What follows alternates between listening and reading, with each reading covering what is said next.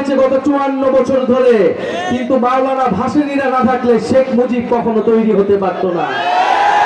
যেই 69-এর গণ অভ্যুত্থানের মধ্য দিয়ে আওয়ামী লীগ নেতৃত্ব নিয়েছে, সেই 69-এর গণ অভ্যুত্থানের অন্যতম কারিগর ছিলেন, নেপথ্যের পুরুষ ছিলেন মাওলানা ভাসানী। মাওলানা ভাসানী কৃষকদের জন্য লড়াই করেছিলেন, শ্রমিকদের জন্য লড়াই করেছিলেন, গণমানুষের লড়াই করেছিলেন। আমরা মাওলানা ভাসানীর সেই আদর্শকে ধারণ করে জাতীয় নাগরিক পার্টি বাংলাদেশকে এগিয়ে নিয়ে যেতে চাই। ভাসানী শুধু বাংলাদেশ নয়, পুরো উপমহাদেশের একজন অনন্য রাজনৈতিক পুরুষ ছিলেন। ভাসানীর রাজনীতি শুরু হয়েছিল সেই আসামে। সেই আসামে তিনি বাঙালি মুসলমান কৃষকদের ভূমির অধিকারের জন্য, জমির অধিকারের জন্য, কৃষকদের জন্য তিনি লড়াই করেছিলেন। যেই লড়াই এখন পর্যন্ত আসামের বাঙালি মুসলমান এবং হিন্দুদেরকে লড়তে হয়, তার পরিচয়ের জন্য তাদেরকে লড়াই করতে হয়, কারণ আসামে তাদেরকে দ্বিতীয় শ্রেণীর নাগরিক হিসেবে পরিচিত করে দেওয়া হয়েছে।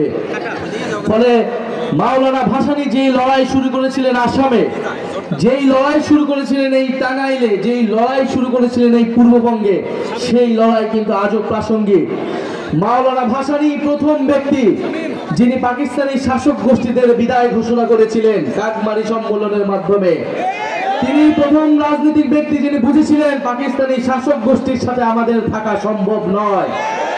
তিনি মাওলানা ভাসানী হচ্ছেন এমন রাজনৈতিক পুরুষ যিনি স্বাধীনতার পরে বলেছিলেন, আমরা পিণ্ডির জিঞ্জির ভেঙেছি দিল্লির দাসত্ব করার জন্য নয়, দিল্লির গোলামি করার জন্য নয়।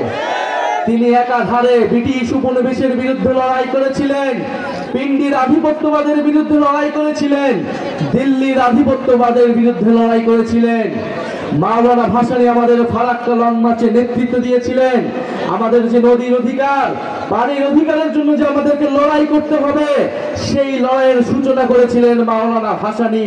আমরা এমন একটা বাংলাদেশ চাই যেখানে কৃষকদের ন্যায্য অধিকারটা আমরা আদায় করতে পারবো। সার্জিস আলম তাঁত শিল্পের কথা বলেছেন। এই টাঙ্গাইলের শাড়ি, যেই শাড়ি জামদানির মতো বিখ্যাত, মসলিনের মতো বিখ্যাত, সেই টাঙ্গাইলি শাড়ির জিআই প্রোডাক্ট নিয়েছে ভারতের পশ্চিমবঙ্গ। টাঙ্গাইল শাড়ি নামে কিভাবে ভারতে জিআই প্রোডাক্ট নিতে পারে, এই প্রতিবাদ আমরা তখনও জানিয়েছিলাম। মাত্র 2-3 বছর আগে এই ঘটনা ঘটেছে। কেন ঘটেছে? কারণ আমাদের দেশের সরকার, আমাদের দেশের মানুষ টাঙ্গাইল শাড়িকে, তাঁত শিল্পকে পৃষ্ঠপোষকতা করতে পারে নাই, পুরা বিশ্বের বুকে তুলে ধরতে পারে নাই। আমাদের যে জাতীয় সম্পদ, তার মর্যাদা আমরা দিতে পারি নাই। টাঙ্গাইল শাড়ির জিআই প্রোডাক্টের সত্ত্ব কখনোই ভারত নিতে পারে না। অবিলম্বে তা প্রত্যাহার করতে হবে, আমরা এই দাবি জানিয়ে গেলাম। আমরা তাঁত শিল্পকে পুনরুদ্ধার করতে চাই, আমরা কৃষকদেরকে নতুন করে সংগঠিত করতে চাই, কারণ আমরা জানি কৃষকরা বাঁচলেই দেশ বাঁচবে। আমরা বাংলাদেশে খাদ্য সার্বভৌমত্ব অর্জন করতে চাই, কারণ আমরা কি উৎপাদন করি, কিভাবে তা বন্টন হবে এবং কৃষকরা ন্যায্য মূল্য পাবে কিনা, এর উপরে নির্ভর করবে বাংলাদেশের ভবিষ্যৎ। আপনারা দেখেছেন কয়েকদিন ধরেই রংপুরের গঙ্গাছড়া একটি উপজেলায় আমাদের হিন্দু জনগোষ্ঠীদের বাসভবনে, বাড়িঘরে হামলা চালানো হয়েছে, লুটপাট চালানো হয়েছে। আমরা তীব্র নিন্দা জানাই।